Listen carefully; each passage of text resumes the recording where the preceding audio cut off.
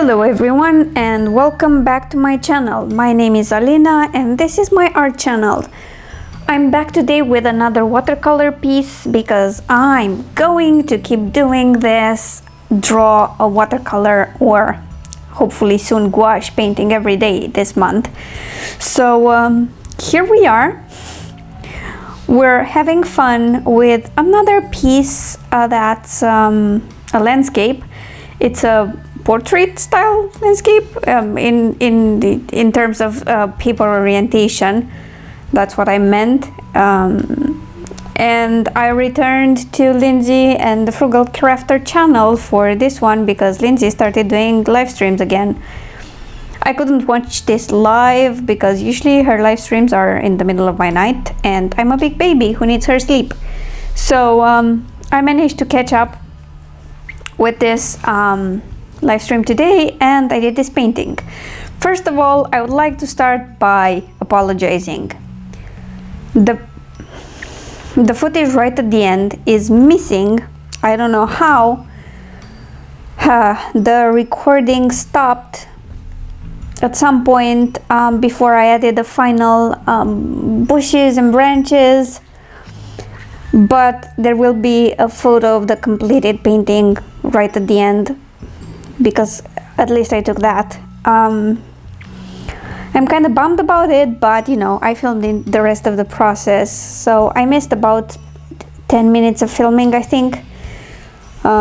This was the longest painting of the bunch because Lindsay's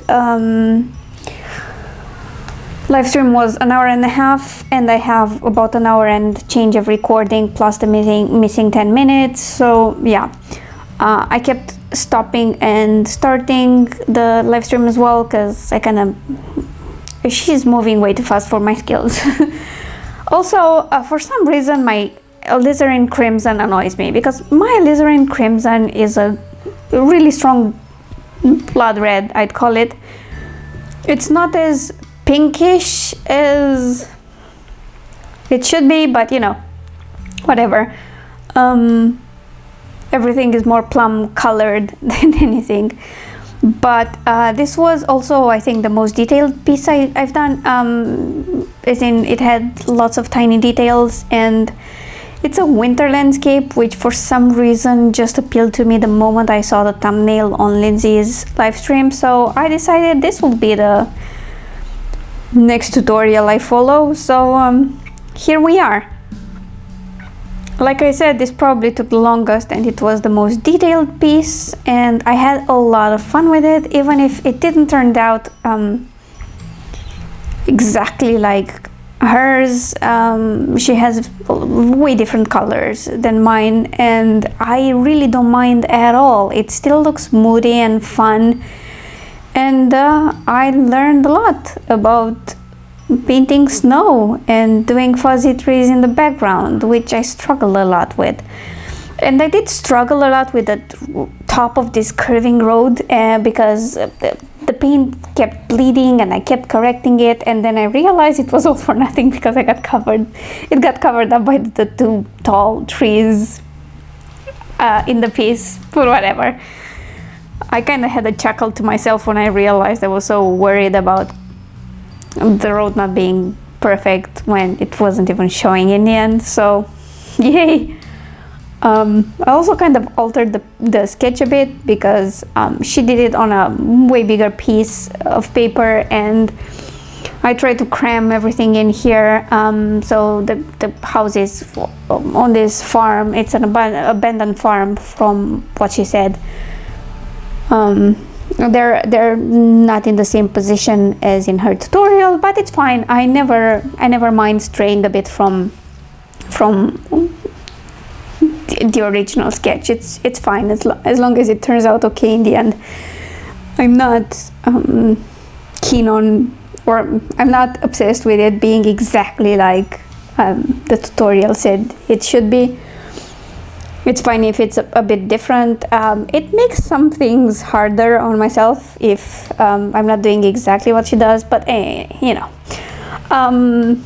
This was another limited palette painting because she only used 3 colors. and I enjoy those quite a bit. It teaches me a lot about mixing, but I'm still struggling with them, and you'll see throughout the video how I try really hard to make the best of it and mix all the colors I need. I think I'm learning, but by the end of this process I'll probably be running out of a lot of paints. My ultramarine is kind of low right now. I haven't really used it in any of the pieces I've done for this month, but I've used it in the past quite a bit.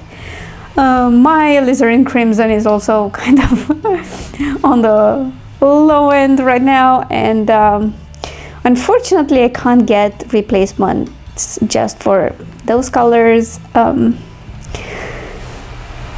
Getting watercolors here is quite complicated. It's easier than fancier gouache, but I do have my eye on another De La Rowney set. It's kind of similar to mine, but it has different colors, and they're more of the colors I've seen people use to mix, so I think it will be a better selection than this travel set I have. They also look like they can have the pans replaced, so I'll probably try that. But on the other hand, I think I'm overestimating how fast I'll go through these, especially if I start alternating with gouache, so I'm not that worried. I'm getting used to this paper. I still don't like it that it's kind of off-white, but in terms of how it behaves, I'm starting to learn, and it's way better than the other paper I have. It's thicker, and you know, I'll see how this compares with the actual watercolor paper that I ordered. That also has like 25% cotton, so I know it will be different, and I told myself I'm not going to be fussy about it, and I'm just going to use it, especially since I somehow ended with a bigger pad than I'd originally ordered. I won't let it bother me that it's expensive paper, let's say, well, more expensive than anything I have, and just use it and see what I can do with it. So yes, that's the plan. But yeah, the off-white thing kind of annoys me. I don't know why, it just does. It's not as visible on camera, I don't think, but in real life it annoys me because it's like, it's visibly not white. And I think for a noob like me that presents a bit of a challenge, but then again, it's not bad enough to just leave it as it is and work as the white of the paper, as the color white. It's fine, it looks good in the end. To be fair, I was worried about this piece throughout the process because it seemed like a bit over my skill level. Also, Lindsay's sky, I should say that now, her sky was way more uniform in color. It had less variation, but I didn't mind that at all when I was painting it, and I thought I'd leave it like that. But again, as I was painting it, I was really worried about how it will turn out, and it surprised me by being a lot nicer than I thought it will be in the end. And I thoroughly enjoyed the end result, but it was quite a struggle for me, because I felt like I wasn't mixing quite right, and Lindsay explains everything really well, so I should be able to do it, but then she explains it a couple of times and then she does it again, and I kind of felt the need that she'd do it again and again, just explain it to me, like make it idiot proof, because apparently I'm a bit of an idiot. But then again, I was just being a big baby, because in the end I managed, and even if it's not exactly like hers, I love how it turned out. And I think this is one of the important lessons I have to take from this, is that when I follow a tutorial, I don't need to make it exactly as the person's instructing me on how to do it. It's fine if it's a bit different. It's fine if it doesn't look the same, especially if I don't have the same colors, or colors that are similar enough, or colors that are a lower grade, as in I'm pretty sure mine are very good student grade, or maybe I could call them artist grade but not professional grade. So also the selection of colors is probably not the best for this kind of 3 primary color mixing, because I mean, like I said, my alizarin crimson looks really intense and dark. Even when I water it down, it feels grayish, like I don't know, it's weird. So I should just learn to let go and just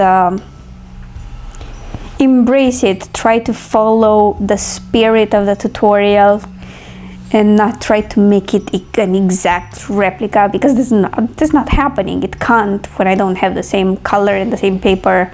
And even if I had the same colors, because of the paper and how it's tinted a bit, it probably wouldn't look the same. And I think what drove the point that I should do that today was the fact that in the end I kind of really love the result. I love this little piece. I'm now kind of a little sorry I did it on this smaller piece of paper and not on a full A4 sheet. But on the other hand, it's cute that it's so tiny, and I'll probably use it in my bullet journal at some point, like next winter or something. Maybe this will be my January bullet journal setup, I don't know. I'll probably try something else by then, but I absolutely adore it. I don't know, it's what winter should be like. Lots of snow but extremely clean roads so I can drive my car. Also this farm and the idea of the outdoors, which is very enticing right now, which is weird because I'm used to be at home all the time. But anyway, I hope you've enjoyed this. I hope you enjoy keeping up with the series.